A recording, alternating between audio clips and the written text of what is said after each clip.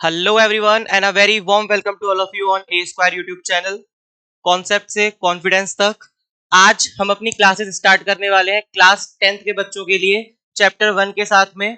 और जो आपकी एनसीईआरटी का डिसाइडेड सिलेबस है, जो करिकुलम उन लोगों ने दिया हुआ है एनसीईआरटी के साइड से, उसको पूरा फॉलो करेंगे। और साथ में जब चैप्टर कंप्लीट हो जाएगा तो आपके लिए एक्स्ट्रा क्वेश्चंस की भी क्लास होगी, तो भरपूर बढ़िया तरीके से तुम्हारी तैयारी कराई जाएगी बोर्ड एग्जामिनेशन की। तो अपने दोस्तों को भी शेयर कर दो और फटाफट जो भी तुम्हारे कांटेक्ट में इंसान हो जो 10th क्लास की तैयारी कर रहा हो उसको ये वीडियो शेयर कर देना, ताकि तुम्हारा तो भला हुई हो, साथ साथ उसका भी भला हो जाए।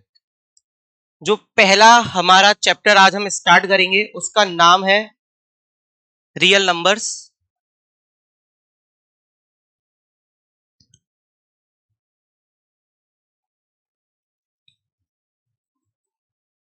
वास्तविक संख्याएं।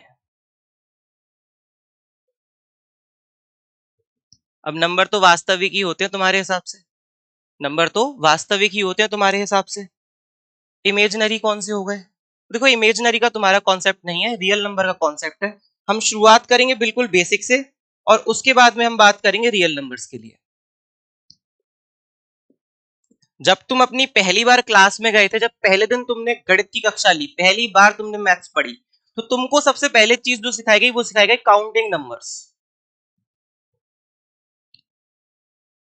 ठीक है, तुमने सारे पंछी गिने, पौधे गिने, अपने आसपास के लोग गिने, इन्हीं नंबरों से गिने जो स्टार्ट होते थे 1 से, और जितनी तुम्हारे बस में बन पड़े उतने तुम इनको गिन लो। काउंटिंग नंबर्स तुमने इनको जनरली बोला था। इनका जो बेसिक नाम है जो तुम्हें किताबों में मिलेगा वो बोलते हैं नेचुरल नंबर।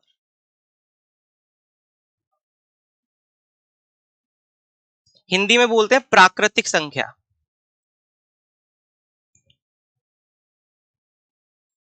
अब इंसान जब कुछ धीरे धीरे सीखता है तो नई नई चीजें भी गेन करता है। यहीं पे काउंटिंग पे ही तुम इंसान आके तो नहीं रुक जाएगा। उसने एडिशन सीखा, सब्ट्रैक्शन सीखा, मल्टीप्लिकेशन सीखा, यानी कुल मिला के ऑपरेशन सीखे।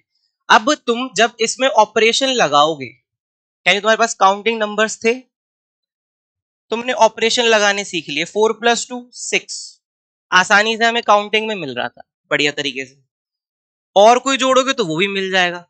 लेकिन जब बारी आई किसकी, हमने सेम चीज को सेम में से घटा दिया, सेम नंबर को, तो हमें यहाँ पे कुछ भी नहीं मिल रहा था, रिप्रेजेंटेटिव ऑफ नथिंग। कुछ नहीं बचा तुम्हारे हाथ में। मान लो तुम्हारे पास में 2 सेब हो और दोनों के दोनों तुमने ग्रुप कर लिए, खा लिए बढ़िया तरीके से, तो तुम्हारे पास में अब क्या बचेगा? कुछ नहीं बचेगा। तो इस नथिंग का ही रिप्रेजेंटेटिव कौन था? 0, जो इसमें एग्जिस्ट नहीं कर रहा था नेचुरल नंबर के अंदर। तो तुमने एक और बड़ा ग्रुप बनाया जिसको तुमने नाम दिया होल नंबर। हिंदी में कह दिया इनको पूर्ण संख्या, क्योंकि उस टाइम पे लगा अब तो भाई 0 मिल गया, नथिंग का रिप्रेजेंटेटिव मिल गया, इसका मतलब क्या है, ये हमारा पूरा जो नंबर था वो कंप्लीट हो गया, तो पूर्ण संख्या बोल दिया इसको। कहां से स्टार्ट हुए? 0 को इसी में और जोड़ के रख दिया।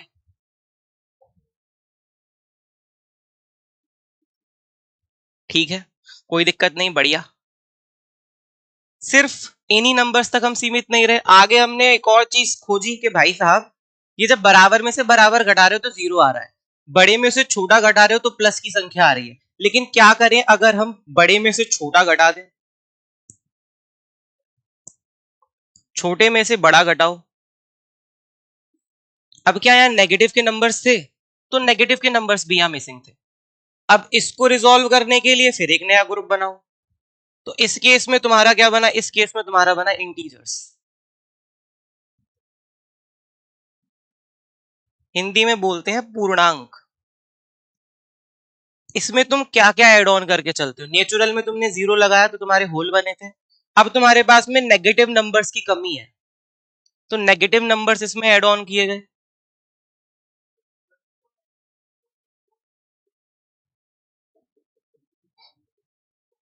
और नेगेटिव और पॉजिटिव दोनों कंबाइंड करके तुम्हारे इंटीजर्स बन गए। एडिशन सब्ट्रैक्शन हमारा सब कुछ सेटिस्फाई था, बढ़िया चल रहा था एकदम। मल्टीप्लिकेशन भी सेटिस्फाई था। लेकिन जब बात आई डिवीजन की, भाग करने की जब तुम्हारी बात आई, तो वहां पे मामला फिर बिगड़ गया। अब जैसे तुम 2 को 2 से डिवाइड करोगे तो भाई 1 पूरा एक नंबर तुमको मिल रहा है, 1 नेचुरल में भी आ रहा है, होल में भी आ रहा है, इंटीजर में भी आ रहा है। 4 को कर रहे हो 2 से, दोनों में कॉमन फैक्टर है तो ये भी इजीली डिवाइड हो गया, आसानी से मिल गया तुमको नंबर जो एग्जिस्ट कर रहा था ग्रुप में। लेकिन जब तुमने दो ऐसे नंबर लिए जिनके बीच में कोई भी कॉमन फैक्टर नहीं है 1 के अलावा, तो उनका डिवीजन पॉसिबल नहीं था, डेसिमल में आंसर आ रहा था। किस में आंसर आया? डेसिमल में आंसर आया। दशमलव में तुम्हारा आंसर आना स्टार्ट हो गया। अब क्या तुम दशमलव को इसमें रिप्रेजेंट कर पा रहे थे? अब इन सब के बस का तो था नहीं जो तुमने पीछे सीखे हैं। नेचुरल में भी नहीं हो रहा, होल में भी नहीं हो रहा, इंटीजर के भी बस का मामला नहीं है। अब एक फिर नया ग्रुप बनाना पड़ गया। अब इस ग्रुप का क्या नाम रख दिया? Rational number.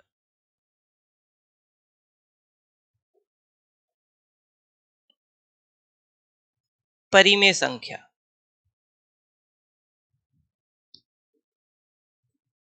ये जितनी भी तुमको अभी तक कहानी बताई, ये तुमने 6 क्लास में पढ़ी है, ये तुमने 7th क्लास में पढ़ी है, ठीक है, ये भी 7th का ही हिस्सा है, 6 7th का। ये तुमने अपने 8th स्टैंडर्ड में भी पढ़ा हुआ है, 9th में भी डिस्कस किया है, ये यहां पे भी काम आएगा। रेशनल नंबर को चलो तुम्हें अच्छे से समझा दें, होते क्या है। देखो, a number that can be represented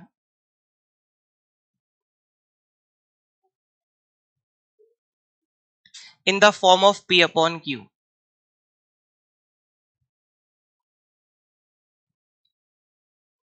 जहां पे p और q क्या हो, दोनों एक तो इंटीजर्स के ग्रुप को बिलोंग करते हो,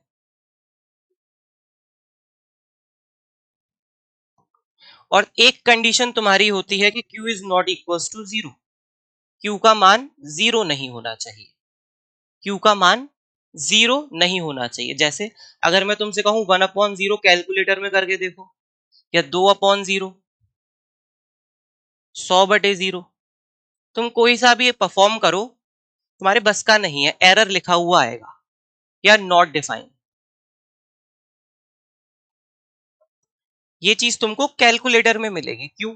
क्योंकि जिस चीज की हमें अभी एग्जैक्ट वैल्यू नहीं पता, नथिंग का रिप्रेजेंटेटिव है ये, तो एक बात बताओ, जब तुम्हें इसकी वैल्यू नहीं पता तो तुम इसको निकाल भी नहीं सकते, कैलकुलेट नहीं कर सकते, इसीलिए इसका वैल्यू हमेशा नॉट डिफाइन आता है। ठीक, तो इसीलिए यहाँ पे क्या लगाया गया, एक रिस्ट्रिक्शन लगाई कि क्यू की वैल्यू 0 नहीं होनी चाहिए। दूसरा, पी और क्यू दोनों किस में से आने चाहिए? इंटीजर्स में से आने चाहिए। इसका मतलब होता है बिलोंग्स। ठीक, ये डेफिनेशन है बेसिक तुम्हारी रेशनल नंबर की, जो तुमने 9th स्टैंडर्ड में भी पढ़ रखी है।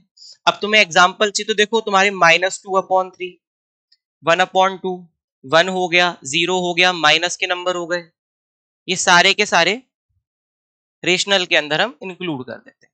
ठीक, अगर हम इसका डेसिमल के रिगार्डिंग पूछे कि डेसिमल में क्या सीन चलता है, तो देखो डेसिमल में इनका क्या सीन है।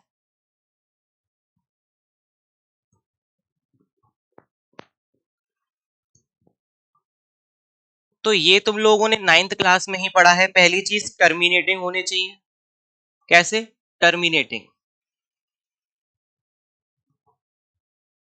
टर्मिनेटिंग मतलब, यानी एक नंबर, डेसिमल में कुछ नंबर्स आए प्लेस वैल्यू में, और उसके बाद में नंबर शांत हो जाए, हिंदी में बोलते हैं शांत।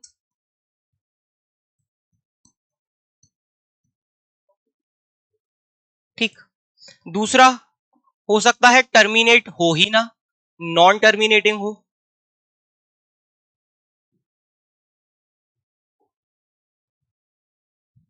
हिंदी में बोलते हैं अशांत या अनवसानी।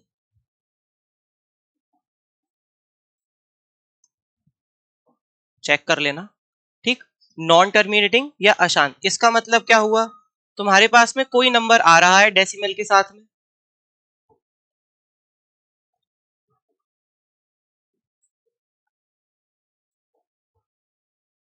और वो कंटिन्यू कर रहा है इस तरीके से, तो ऐसे नंबर को तुम नॉन टर्मिनेटिंग बोलोगे। लेकिन नॉन टर्मिनेटिंग में भी स्पेसिफिक चीज होनी चाहिए कि रिपीटेशन बने, सीक्वेंस बने, सेम तरीके से नंबर रिपीट करें, यानी रिपीटेशन मस्ट है।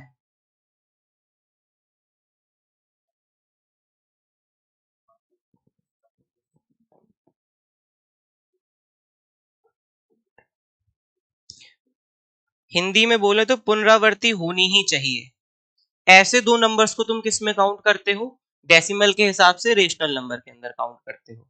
अब ये जो रेशनल नंबर है, जो तुमने जो अभी पढ़ लिया, पी अपॉन क्यू की फॉर्म में, टर्मिनेटिंग हो, नॉन टर्मिनेटिंग, रिपीटिंग हो, ऐसे नंबर तुमने रेशनल में काउंट कर लिए। लेकिन उन नंबर का क्या जो नॉन टर्मिनेटिंग हो? नॉन टर्मिनेटिंग मतलब अभी मैंने तुमको एग्जांपल दिया था 1.24, पीछे वाला देखो एक बारी, 0.432 इसमें क्या है, सीक्वेंस बन रहा है, पैटर्न बन रहा है। लेकिन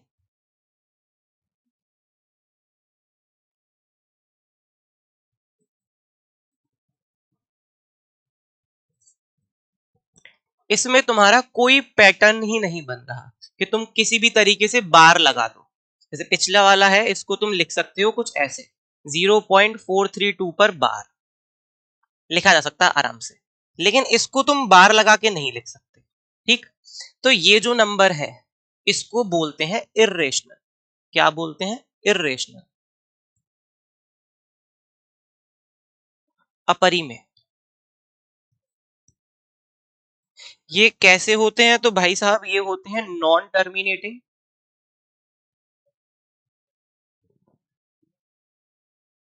और नॉन रिपीटिंग, या कहीं कहीं पे नॉन रिकरिंग भी लिखा हुआ होता है, नंबर्स। ठीक, हिंदी वालों के लिए लिख दूं,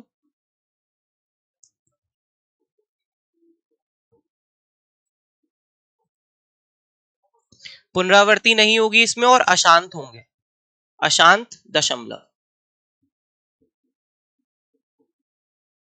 और अगर लैंग्वेज की फॉर्म में अगर हम बात करें तो साफ साफ होगा जो पी अपॉन क्यू की फॉर्म में नहीं होते।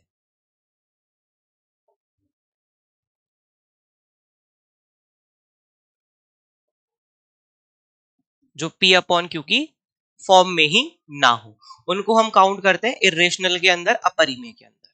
ठीक, अब स्टार्टिंग में जाते हैं जहां से हमने क्लास शुरू करी थी। स्टार्ट हुए थे हम रियल नंबर से, वास्तविक संख्याओं से।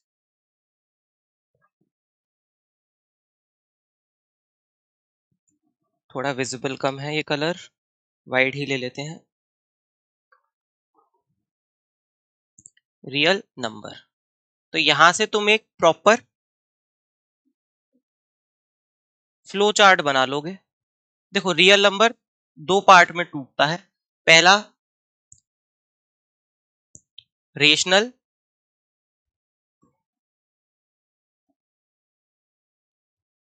परिमेय, दूसरा इर्रेशनल, अपरिमेय।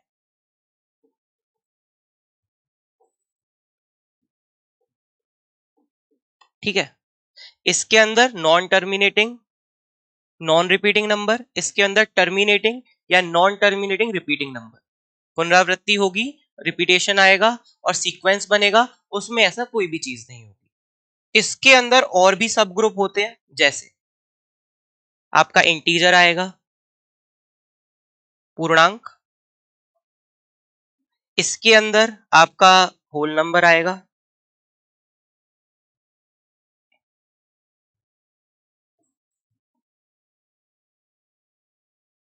पूर्ण संख्या, and last but not the least आपका नेचुरल नंबर आएगा।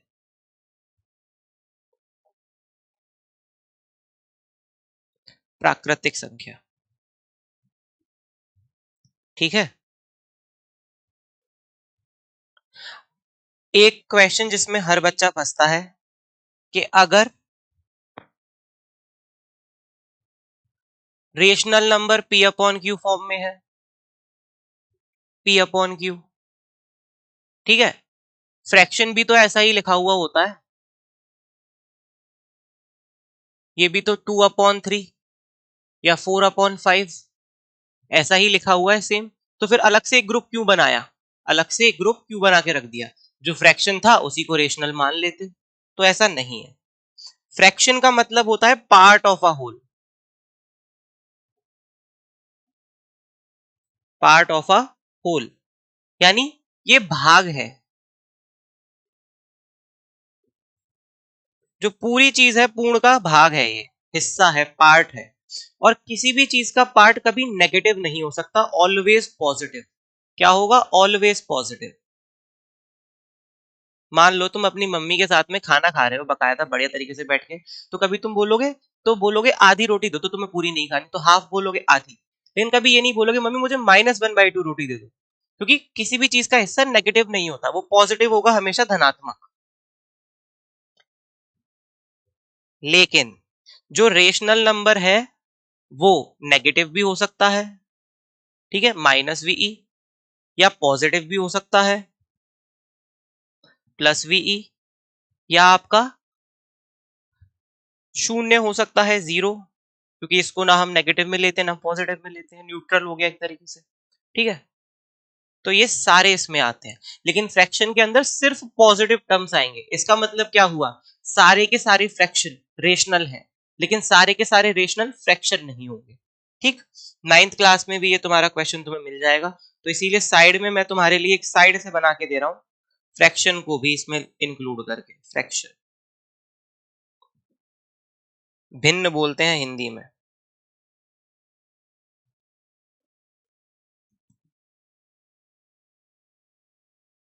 ठीक है। तो ये तुम्हारा प्रॉपर रियल नंबर के अंदर क्या क्या पार्ट है अच्छे तरीके से हो गया। अब हमारा चैप्टर के अंदर क्या क्या काम है जो हमें सीखना है नया, उसके बारे में बात करते हैं। ये बेसिक था तुम्हारा। हमें जरूरत पड़ेगी HCF की, मासा की, हमें यहाँ नीड पड़ेगी LCM की, लासा की, हमें यहाँ नीड पड़ेगी प्राइम नंबर की, क्योंकि इनके बिना तो निकलेगा ही नहीं, अभाज्य संख्या,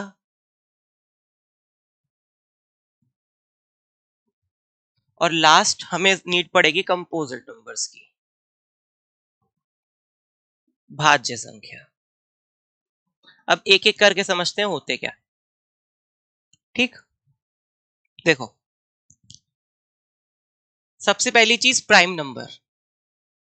तुमने देखा होगा 2, 3 है, 5 है, 11 है, 13 है, ये किसी दूसरे नंबर से डिवाइड नहीं होंगे, या तो ये खुद से होंगे बाई इटसेल्फ, या तो खुद से हो जाएंगे, या 1 से होंगे, अदरवाइज 1।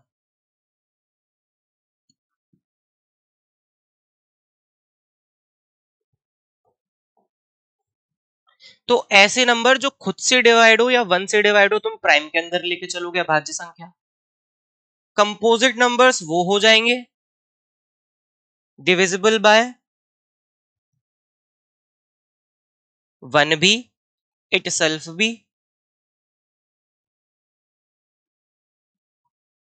और जो आस पड़ोस के नंबर 2 4 पड़े हैं उनसे भी, अदर नंबर 2 उनसे भी होंगे, ठीक। तो इनको हम बोलेंगे भाज्य संख्या। देखो एग्जांपल के लिए तुम मान लो 12, तो 12 को तुम देखो प्राइम फैक्टर करोगे तो 2 × 2 × 3 लिखोगे, 2 दूनी 4, 4 ती 12। अब ये 12 ना सिर्फ 1 से डिविजिबल है,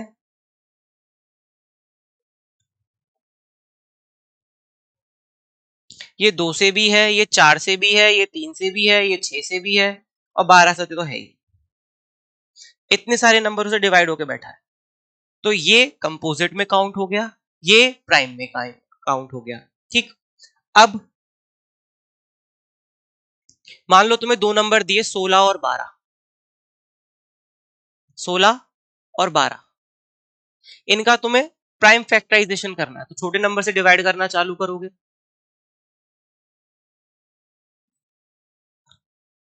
इसका करना चाहोगे तो कैसे करोगे?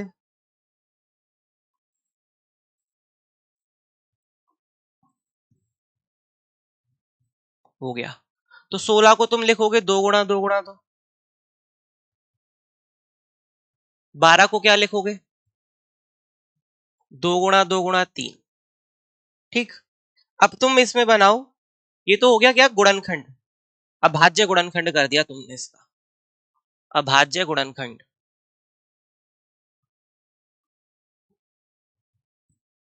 ठीक है, प्राइम फैक्टराइजेशन।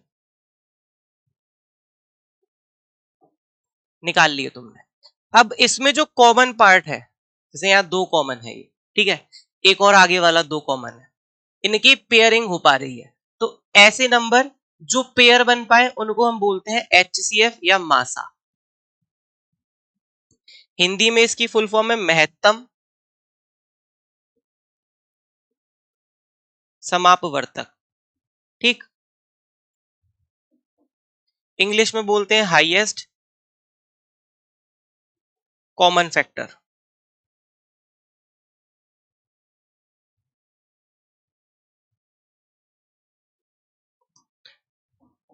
यानी ये वो बड़े से बड़ा नंबर है जो दोनों को डिवाइड करेगा, तो 4 16 को भी करता है, 4 12 को भी करता है, लेकिन 4 से बड़ा कोई नंबर नहीं होगा जो दोनों को डिवाइड करे, ठीक है। तो ये हो गया HCF महत्तम समापवर्तक मासा। LCM के केस में क्या होगा? LCM के केस में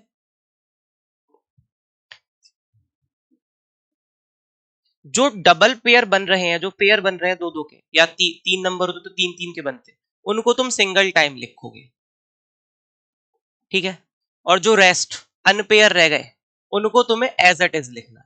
तो 3, अब ये मत करना कि यहाँ पे एक पेयर बना दें, सेम में पेयर नहीं बनेगा, ज्यादा तेज नहीं होना है।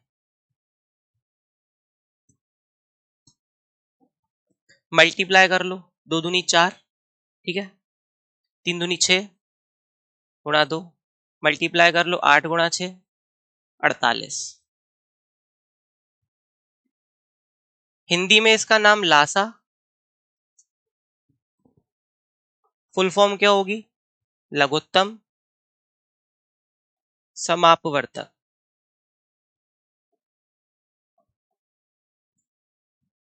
इंग्लिश में लोएस्ट कॉमन मल्टीपल, ठीक है। यानी ये वो नंबर होगा जो दोनों से डिवाइड होगा, इससे छोटा कोई नंबर नहीं होगा जो डिवाइड हो पाए दोनों से। देखो 16 इसको भी करेगा 3 टाइम, और 12 भी 48 को करेगा, ठीक है। तो ये इस तरीके से तुम्हारा LCM और HCF हो गया, ठीक। तो तुम्हारा प्राइम नंबर कंप्लीट हो गया, कंपोजिट नंबर कंप्लीट हो गया, LCM और HCF कंप्लीट हो गया। इसके बाद में मोस्ट इंपॉर्टेंट चीज, तुम्हारे कुछ क्वेश्चन लगवा देते हैं बढ़िया LCM HCF बेस्ड। पहला क्वेश्चन देखो, exercise 1.1, express each number as product of its prime factor. प्रत्येक संख्या को उसके अभाज्य गुणनखंड के रूप में व्यक्त करना है। बच्चों वाला खेल है, आसानी से हो जाएगा, पहला 140 दे दिया है तुमको, आराम से कर लोगे। अब जरूरी नहीं है कि हर बार तुम्हें ऐसे ही करना है,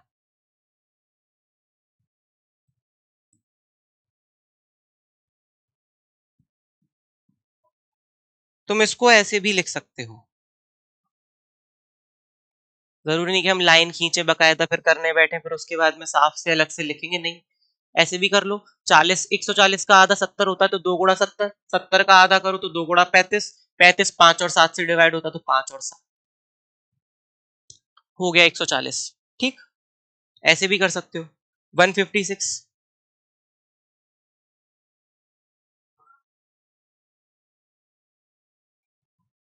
2 से हो जाएगा, 2 7 जा 14, 2 8 जा 16, फिर 2 से हो जाएगा, 2 तिया 6, 2 नाम 18, फिर ये 3 से हो जाएगा, 3 एकम 3, 3 तिया 9, और फिर 13। कितना आ गया? 2 गुणा 2 गुणा 3 गुणा 13। तो आराम से सारे के सारे जितने भी तुम्हारे गुणनखंड है वो आराम से निकल जाए। 2 करा दिए। कुछ डिविजिबिलिटी रूल बता दे रहा हूं तुमको। 2 से डिवाइड होने के लिए लास्ट डिजिट इवन होनी चाहिए, ठीक है। 3 से सम इक्वल आना चाहिए,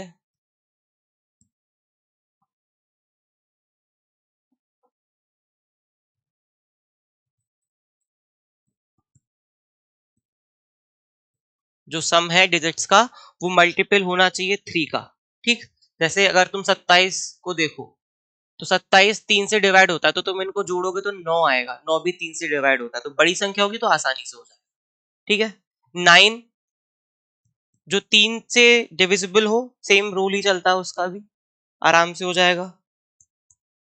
5 के केस में 2 गुणा 5 चेक करना, और जहां पे भी अटको, जहां कहीं भी अटको,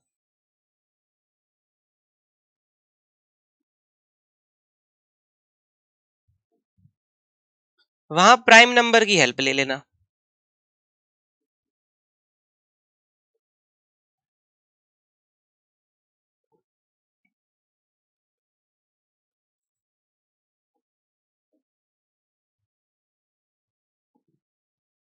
सबसे पहले चेक करना 11 से, फिर 13 से, 17 से, 29 से, और बीच में एक आध दो और पड़े तो उनकी भी हेल्प ले सकते हो। बेसिकली इन्हीं से हो जाएंगे तुम्हारे डिवाइड, और इससे ऊपर कोई नहीं जाएगा। ठीक, तो अब ये जो तुम्हें दिए क्वेश्चंस 3825505550057429, ये हम करेंगे नेक्स्ट क्लास में कवर। तुम्हारा होमवर्क टास्क है, इसको पहले तुम खुद से बनाओ, कमेंट बॉक्स में इनके आंसर छोड़ के जाना। नेक्स्ट क्लास को जब शुरुआत होगी तो इन्हीं क्वेश्चंस के साथ होगी। आज की क्लास को इतना ही रखेंगे। Thank you everyone for joining us. मिलेंगे अब नेक्स्ट क्लास में, तब तक के लिए take care of yourself, see you soon, bye bye.